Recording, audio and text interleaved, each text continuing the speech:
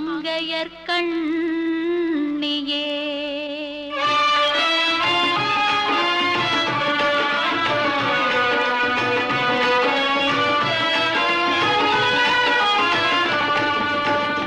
கொண்டை முடி அலங்கரித்து கொஞ்சம் கிளி கையில் வைத்து கொண்டை முடி அலங்கரித்து